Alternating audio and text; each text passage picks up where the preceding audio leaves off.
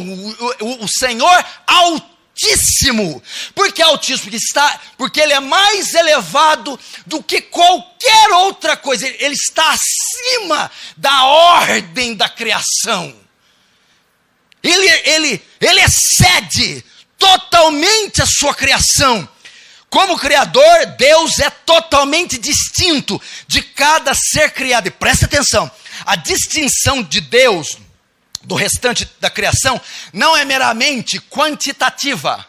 É o mesmo, mas maior. Então, Deus tem a mesma essência, mas é maior. Mas a distinção de Deus é qualitativa. É maior e é em qualidade superior. Deus é distinto. Significa que Deus é incomum, invulgar, inigualável. A ideia de distinção, de transcendência é essa. Na categoria de Deus só existe Ele. Ele não tem quem possa se comparar com Ele.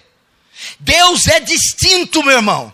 Mesmo as criaturas mais perfeitas, vamos usar os serafins, são as criaturas mais perfeitas, lindas, graciosas, comparadas ao ser de Deus, são micróbios que rastejam dentro do esgoto, porque Deus é incomparável, transcende tudo que existe, é distinto de tudo que existe. Na categoria de Deus, Ele está só, não há mais ninguém que possa se comparar com Ele. Isaías 40:18. A quem, pois, fareis semelhante a Deus? Ou com quem o comparareis? Você serve esse Deus. É o Deus que nós desejamos servir. Agora, isso foi a guisa de introdução. Vamos para o texto. Isaías capítulo 6. Vamos começar com a confrontação. A cena se inicia com Isaías sendo confrontado com a santidade de Deus, que chocou a sua vida. Isaías, o texto começa, Isaías sendo confrontado com a santidade de Deus. O texto começa, no ano da morte do rei Uzias. Que ano foi esse? 739 a.C., 7 séculos atrás. O rei Uzias havia morrido. Ele reinou 52 anos em Jerusalém. O início do seu reinado foi bom, teve prosperidade, mas no final do seu reinado, Uzias pecou. Ele entrou no santuário e ele queimou incenso, e não era permitido para ele, somente o sacerdote poderia ir. Qual foi o pecado de Uzias? Ele não respeitou a santidade de Deus, pecou contra Deus. Nesse tempo a nação entra numa crise terrível, e Isaías vai ao templo em Jerusalém clamar ao Senhor. Diante dessa crise, ele vai buscar o Senhor. E lá dentro do templo, Isaías tem a visão dos céus e o trono de Deus. E Isaías é confrontado com a santidade de Deus. E ele diz assim, verso 1. No ano que morreu o rei Uzias, eu vi o Senhor. Eu vi o Senhor. Deus permitiu que Isaías o visse. Isaías mal sabia que estava prestes a ter uma experiência que marcaria toda a sua vida ali no templo. Que mais o texto diz? Eu vi o Senhor assentado sobre um alto e sublime trono, e as abas das suas vestes enchiam o templo. Notem, aonde Isaías vê Deus? Aonde foi que Isaías vê Deus? Aonde todo teólogo contemporâneo deveria vê-lo? Aonde todo pastor contemporâneo deveria vê-lo? Aonde toda a igreja moderna deveria vê-lo? No seu trono. Nós temos aqui uma menção da soberania de Deus. Deus estava exercendo o seu governo pleno em toda a terra. Que mais? assentado num alto e sublime trono, e as abas das suas vestes enchiam o templo. A ideia aqui era o manto real, como um rei. Qual que é a ideia do texto aqui? Os reis naquela época, a grandeza dos reis era medida pelo tamanho das vestes, pelo tamanho do manto. E quanto maior, mais pomposo, maior era a grandeza desses reis. Então, quando eles entravam nos seus palácios para subir nos tronos, eles vinham com as vestes arrastando pelo chão. Então, o tamanho da veste dá a ideia da grandeza. E aqui Isaías vê este rei, este Deus, e vê o tamanho da veste. As vestes eram tão grandes que cobriam todo o templo. A grandeza dele. O que acontece quando Isaías vê a visão? Deus rouba a cena, as vestes dele cobrem todo mundo. Ali Isaías está vendo a imensidão de Deus, a eternidade de Deus, a infinitude de Deus, a incompreensibilidade de Deus, que o templo não pode conter, o universo não pode conter, nada pode conter. É a realeza das realezas, o rei dos reis e o Senhor dos senhores. É isso que nós estamos estudando aqui. Os atributos de Deus. E nessa visão, Isaías consegue ver vários deles. Isaías consegue ver a soberania. Isaías consegue ver a infinitude, a eternidade, a incompreensibilidade. Só que a santidade de Deus, ela abarca todos os demais atributos. A santidade é o adorno de todos. A justiça de Deus é uma justiça santa. O amor de Deus é um amor santo. A misericórdia é uma misericórdia santa. A soberania é uma soberania santa. Ele é o adorno e por que não dizer, ele é a soma de todos os outros. E dele procedem todos os outros. Por quê? Porque quando eu falo da pureza e da distinção, é um amor sem igual, é um amor sem pecado, é um amor puro e é um amor distinto, é uma justiça inexorável, é uma justiça imaculada, mas é uma justiça distinta. Todos os atributos de Deus são puros, ok? Ou seja, não há mancha, não há erro, e todos os atributos de Deus são elevados, são transcendentes, são inigualáveis e são incompreensíveis. Não é isso que é santidade? Pureza, perfeição e transcendência. O amor de Deus tem falha?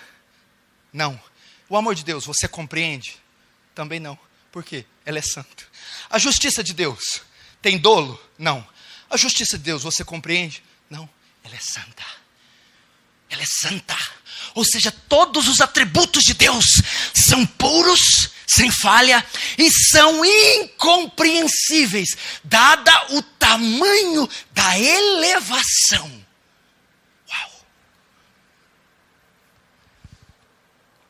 Todos os atributos são santos. Agora você entendeu por que os serafins ficam santo, santo, santo? Os serafins estão falando a soma de todos. A soma do que Deus é. Se colocar todos os atributos e somar, o produto final é God Holiness, a santidade de Deus. Se você somar toda justiça, misericórdia, infinitude, graça, soberania, ira, amor, soma todos, vai dar santidade. Porque todos os atributos são incompreensíveis e todos os atributos são sem pecado. Agora vamos ver a visão dos serafins. O que os serafins viram? Vamos ver. Esse texto, irmão, nos dará a maior demonstração da santidade de Deus. Não existe outro texto tão compactado que revele com tanta grandeza a santidade de Deus. Você quer conhecer a santidade de Deus? Se debruce Isaías 6 e discorra desse texto. Vamos ver agora a visão que os serafins têm. O que os serafins estão vendo vai nos revelar a santidade de Deus. Veja só.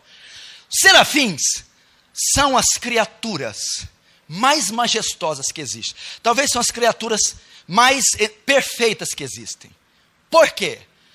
Dado a proximidade que elas estão do trono de Deus. São as criaturas, os seres criados que mais se aproximam do trono. Elas ministram diante do trono de Deus. Agora, para que isso seja possível, elas não morram. A visão dos anjos e a visão de Isaías revela isso. Eles têm 6 asas. Com 2 cobrem o rosto, com 2 cobrem os pés e com 2 voam. Por que que eles cobrem o rosto? Porque o trono que está ali, irmão, a glória que fulgura dali, a luz que emana dali, a radiação de santidade que sai dali, é tão intensa que eles não podem olhar. E eles cobrem o rosto. Porque se eles contemplarem a santidade de Deus, eles caem mortos. Eles não podem ver. É como se eu levasse você numa nave espacial próximo ao sol e dissesse: abra os olhos. Você seria fulminado, torrado, cegado na mesma hora. Pois quem está ali brilha infinitamente mais em glória do que o sol. E os anjos não podem ver, porque se verem, caem mortos. Que mais que os anjos, que Isaías está vendo dos anjos? Com as outras 2 asas eles cobrem os pés. Por que que eles cobrem os pés? A chave para interpretar esse texto é Êxodo, quando Moisés sobe no Monte Sinai, Deus desce naquele monte e aquilo se torna a morada temporária de Deus. Moisés vai entrar, Deus, tira os sapatos, a terra que pisa é santa. O que é isso? Tem uma linha ali, ó. Moisés, dali para cá, dali para lá são vocês, criaturas finitas, mortais. Daqui para cá é uma dimensão que pertence a mim. Os anjos cobram os pés para mostrar que diante daquele que está sentado são criaturas, seres criados, débeis, são seres pequenos, falta de valor, insignificância. Eles cobrem os pés para mostrar a indignidade deles. Então eles encolhem 2 asas aqui e 2 nos pés.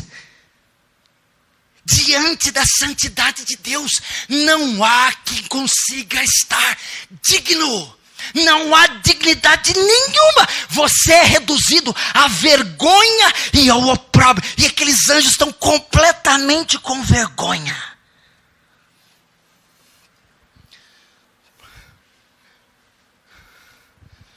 Por causa da santidade de Deus.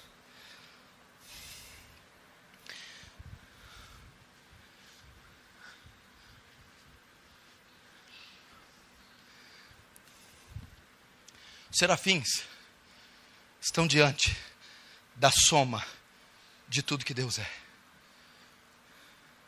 Deus sentado no seu trono e todos os atributos inseridos, convergidos nele, e aquela glória emanando, aquela radiação. E eles não podem ver. Moisés chegou diante dele e disse: rogo-te que me mostre a tua face. Deus diz: é impossível. Se você me ver, você cai morto. A mesma coisa com os serafins. Irmãos, esta é a reação que os serafins têm diante de Deus, que Isaías está contemplando. Isso aí é o Deus Santo. E com 2 asas eles voavam. Mostram prontidão em servir a Deus. Você está começando a entender agora Diante de quem você está? Diante de quem você faz